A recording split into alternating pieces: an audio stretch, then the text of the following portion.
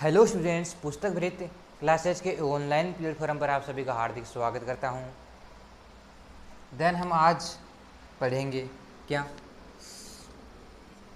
हम पढ़ेंगे आज कर्मित युग में। हमने पिछली क्लास में हमने देख लिया था। देन हम पढ़ेंगे दो समुच्चयों का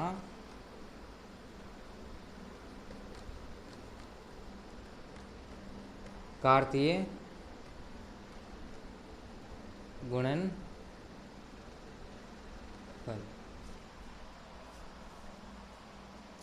जिसका मतलब होता है, जिसमें हमें दो समुच्चय कार्तीय गुणनफल, इसमें होता है एक रोस बी के द्वारा हम इसको क्या करते हैं, लिखते हैं। जो एक रोस बी होता है ना, वो क्या होता है, ए कोमा बी का एक सेट होता है। ए कोमा बी यानी एक कर्मित युग्म का क्या होता है, एक समुच्चय होता है जिसमें small A belongs to capital A होता है। मतलब स्मॉल ए किसको बिलोंग करता है, कैपिटल ए को, और तथा स्मॉल बी है वो कैपिटल बी को क्या करता है, रिलेट करता है। यदि हमें दो शेर दिए हो, यदि हमें एक शेर दिया हुआ मान लेते हैं, एक सेट है इक्वल्स टू 1, 2 और 3, ये शेर दिया हुआ, और हमें दूसरा वाई सेट दिया हो जो है 4, 5 और 6, ये दो सेट दिए हो। यदि हमें एक क्रॉस भी ज्ञात करना हो, यानी अक्स क्रॉस वाई ज्ञात करना हो हमें, यदि हमें अक्स क्रॉस वाई ज्ञात करना हो, देन हम कैसे कहते हैं, ये हमने बोला कि ए कोमा बी का क्या है, कर्मित युग्म है। इसमें स्मॉल ए किसको बिलोंग करता है, कैपिटल ए को। स्मॉल बी किसको रिप्रेजेंट करता है, कैपिटल बी को। देन यदि सबसे पहले इसमें 3 अवयव है, इसको बाद में बताएंगे। तो पहले ये बता दें, एक्स बिलोंग्स टू 1 और 2, एक वाई इक्वल्स टू ए और कैपिटल ए और capital B. Small A belongs to capital A, इसमें अवयव ले लेते हैं हम 3 और 4, ठीक है। ये वो उसमें सेम दिख रहे थे इसलिए अलग लिए हैं। देन क्या इस एक अवयव तो हो गया स्मॉल ए क्या, प्रथम में से स्मॉल ए बिलोंग्स टू इसमें से एक, तो इसमें ये किस्म कौन रोल कर रहा है, एक्स रोल कर रहा है, और इसमें बी कौन रोल कर रहा है, वाई रोल कर रहा है। देन इसमें से उठाएंगे हम एक अवयव ए कोमा बी का लेंगे, ए कोमा बी, इसमें एक है, दूसरे में क्या है 3 कोमा 3, और दूसरा अवयव फिर वापस ए 1, फिर उसका दूसरा फिर 4, फिर 2 का नंबर आएगा, फिर 2 क्रॉस 3, फिर 2 क्रॉस 4, देन ये हो गया। इस प्रकार हमने ये लिख दिया, इस प्रकार उपला इसके ऊपर का लिखा जाएगा।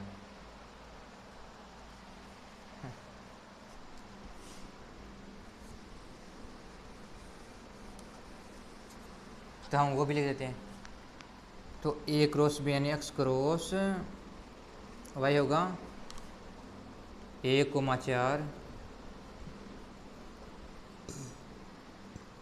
1,5, 1,6, 2,1 ना 4, 2,5, 2,6, 3,4, 3,5, फिर 3,6, ये होगा एक्स क्रॉस वाई यानी एक क्रॉस। इस प्रकार हमने कार्तीय गुणनफल देख लिया कि कैसे ज्ञात करते हैं। देन हम इसकी डेफिनेशन लिख ले, क्या रख लें, दो समुच्चयों का कार्तीय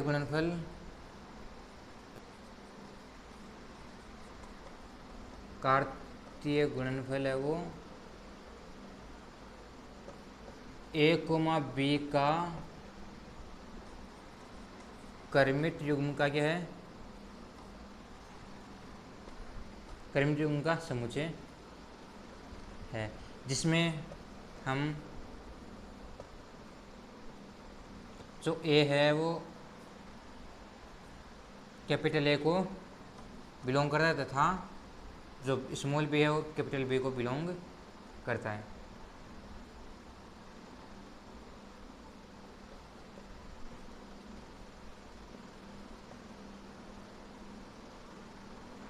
निरूपित करता है।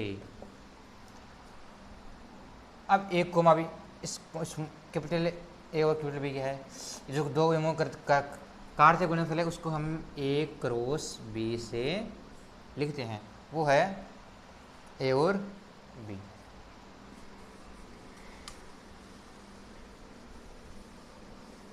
अब दो समुच्चय कार्य गुणनफल हो गया। अब इसमें कुछ महत्वपूर्ण बिंदु है जिसका हम डिस्कस करते हैं। यदि हमें दो सेट दी हुई हो, क्या यदि हमें दो सेट दी हुई है, यदि एक सेट में हमारे पास एम अवयव है, दूसरे सेट में हमारे पास एन अवयव है, तो जो हमारे पास ए क्रॉस बी प्राप्त होगा, देन जो हमारे पास ए क्रॉस बी प्राप्त होगा ना, तो वो इन दोनों सेट है ना, उनके जो अवयव है उनका कर्मित युग्म ही प्राप्त होगा। यानी एम और एन का क्या होगा, कर्मित युग्म प्राप्त होगा। देन हमारे पास यदि एक समुच्चय ए है, दूसरा समुच्चय बी है, यदि हमारे पास एक समुच्चय में सीमित ही एलिमेंट है, यानी 2, 3 या फिर 5 है, और दूसरे में हमारे दूसरा सेट है उसमें हमारे पास कोई अवयव नहीं है, अर्थात एक समुच्चय यानी फाई है। यदि हमें ए क्रॉस बी ज्ञात करना हो तो हमारे पास क्या प्राप्त होगा, ए क्रॉस बी हमारे पास फाई प्राप्त होगा। देन हमारे पास नेक्स्ट है कि यदि एक सेट है, इसमें एक सीमित अवयव है, दूसरे में असीमित अवयव है, यानी अपरिमित सेट है, पहला परिमित है, दूसरा अपरिमित सेट है। यदि तो हमारे पास ए क्रॉस बी है वो अपरिमित सेट ही प्राप्त होगा। ये हमारे पास 3 बिंदु थे, हमने बोल के बता दिए, ये आप अपनी नोटबुक में लिख लेना, ठीक है। देन अब हमारे पास नेक्स्ट टॉपिक आता है, लिखा है या फिर नहीं लिखा है, चलो लिखा ही देते हैं, रीमार्क फर्स्ट। यदि हमारे पास दो अवयव एम तथा एन हैं, दो अवयव नहीं, दो सेट हमारे पास दो, यार मैं तो हिंदी मेरे भाषा में लिख दी है ना। यदि हमें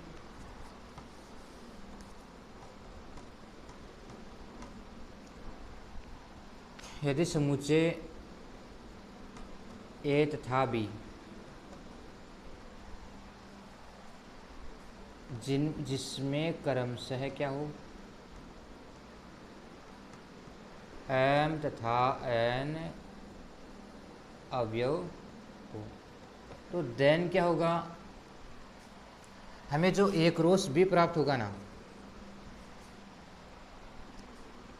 ए क्रॉस बी और B cross A, A cross B और बी क्रॉस ए, हमने देखा था बार एग्जाम्पल देखे थे, उनमें हमने बताया नहीं था, हम दोबारा बताएंगे कि बी क्रॉस ए प्राप्त होता है, ए क्रॉस बी और बी क्रॉस ए दोनों बता दिए, ए क्रॉस बी बता दिया था। बी क्रॉस क्या है, उसका उल्टा, यानी बी को ए से गुणा करना, वही बी क्रॉस ए, ठीक है। देन तो बी क्रॉस में प्रत्येक जो एलिमेंट, प्रत्येक जो अवयव है ना, प्रत्येक में जो हमें क्या प्राप्त है, ए क्रॉस बी प्राप्त होगा ना, प्रत्येक में ए क्रॉस बी और बी क्रॉस ए है ना, वो एम तथा एन के कर्मित युग्म में ही प्राप्त होंगे। सेकंड क्या है, यदि हमें दो सेट दिए हुए हों, यदि हमें दो समुच्चय ए तथा बी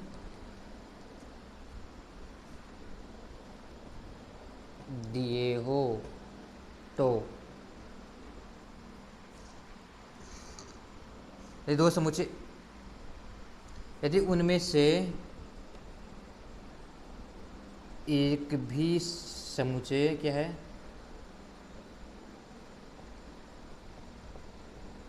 रिक्त समुच्चय है, तो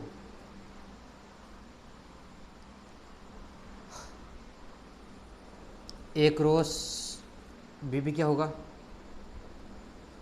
फाई, अर्थात रिक्त समुच्चय, रिक्त समुच्चय। ठीक है,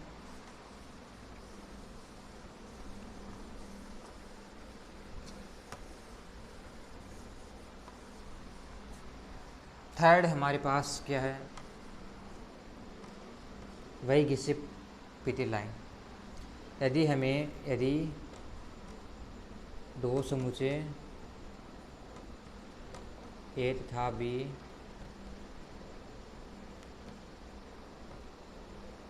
इस प्रकार हो कि हमें इसमें से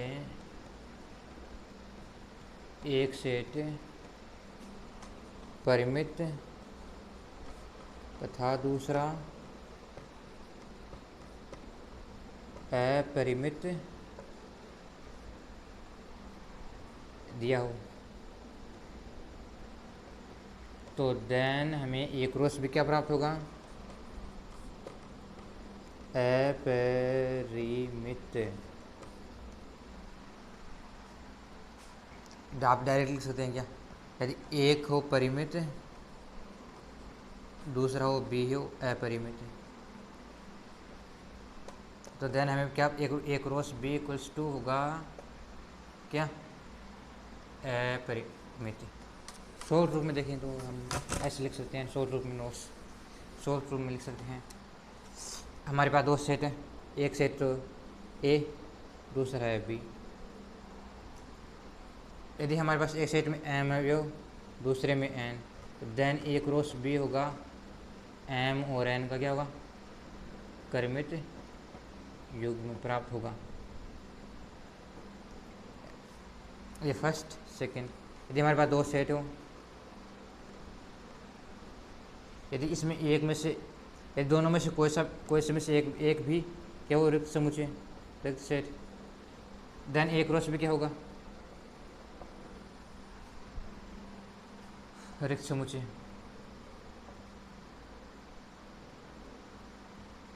यदि हमारा तीसरा इसी प्रकार सेट ए बी, यदि इसमें एक परिमित,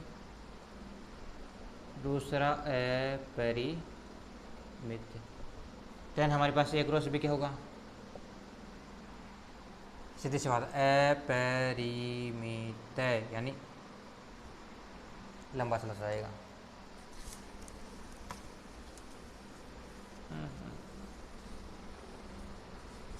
अब हमने दो समुच्चयों का कार्तीय गुणनफल देख लिया, और हमें अब हमारा नेक्स्ट टॉपिक है,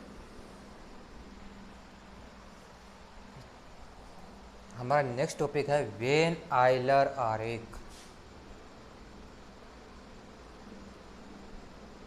वेन आइलर आरेख, वेन आइलर आरेख है वो सार्वत्रिक समुच्चयों के उपसमुच्चयों का ही सेट होता है, जिसमें उनके मध्य हमें रिलेशन बताई होती, उन जो सार्वत्रिक समुच्चय होते हैं ना, हमारे पास एक मान लो एक सार्वत्रिक सेट है, क्या सार्वत्रिक सेट। अब इसके जो ऑल जो सबसेट है ना,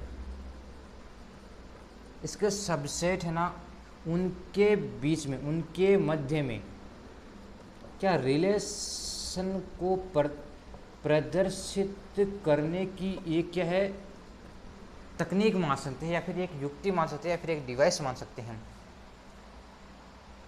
ठीक है, एक क्या है करने की, क्या है, एक युक्ति है कि जो सार्वत्रिक सेट है ना, उसके ऑल सबसेट यानी ऑल उपसमुच्चय, यानी सभी उपसमुच्चयों के क्या है कि मध्य जो रिलेशन, मध्य संबंध स्थापित करने के, मध्य संबंध निरूपित करने की क्या है, एक उनके मध्य, उनके उपसमुच्चय के मध्य क्या होते हैं, निरूपित करने की क्या है, एक युक्ति है।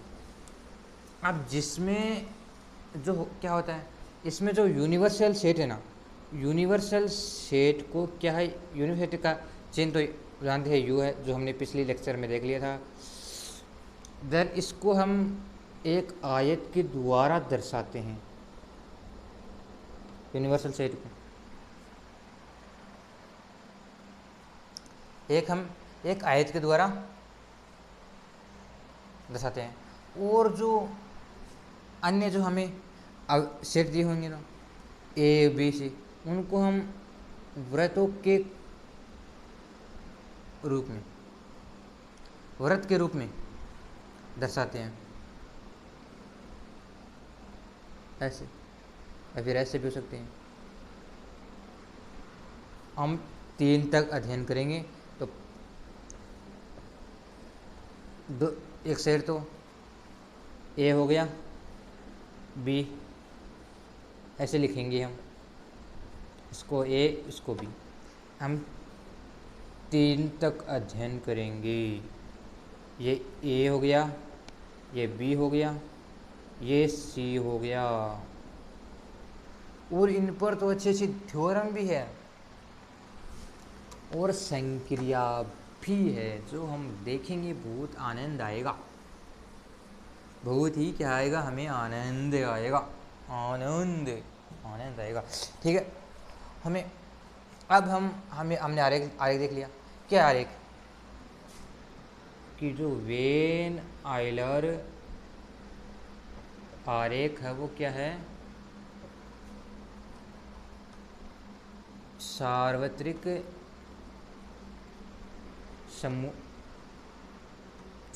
समुच्चय के सभी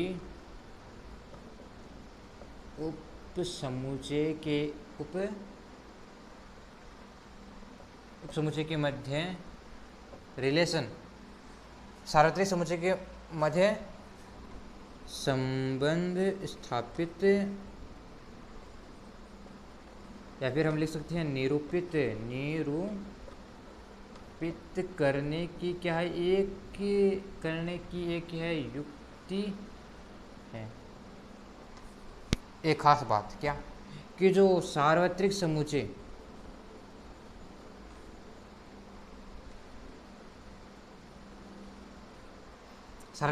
को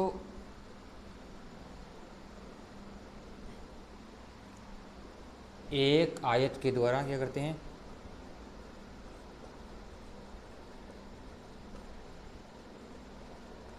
एक आयत के द्वारा हम क्या करते हैं, व्यक्त करते हैं।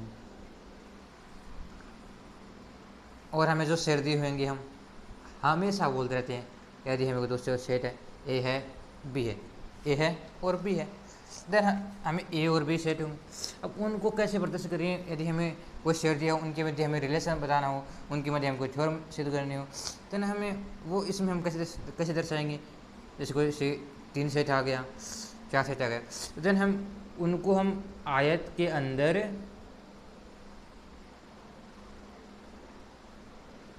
ये 2 का तीसरा,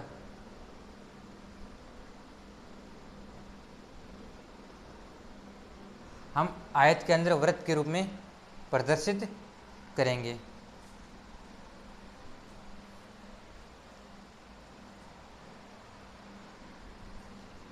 और इन वृत्तों के अंदर जो हमें सेट दिए हैं ना, समुच्चय के जो सेट है, उनके जो अवयव है ना, वो हम कहाँ लिखेंगे, इन जो ये जो वृत्त है ना, जो इस प्रकार हो गए थे, इसलिए इन्हें हम संवर्त वृत्त भी कह सकते हैं, संवर्त वृत्त भी कहते हैं। तो इसमें जो हमें अब जो अवयव दिए होंगे ना, वो कहाँ लिखेंगे,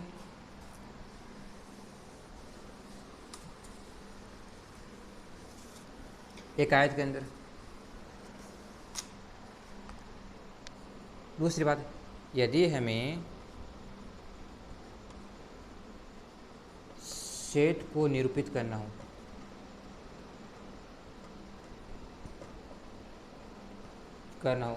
तो देन हम ऐसे आयत के अंदर वर्त बनाएंगे, ऐसे और संवर्त वर्त हो गए। ऐसे संवर्त वर्त के द्वारा हम क्या करेंगे, इनको निरूपित करेंगे, कि इनको सेट को निरूपित करेंगे जो हमें सेट दिए हुए होंगे।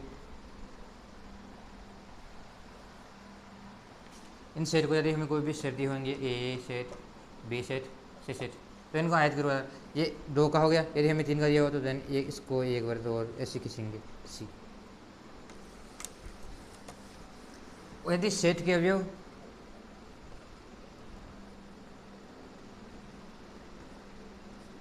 तो सेट के अवयव ऐसे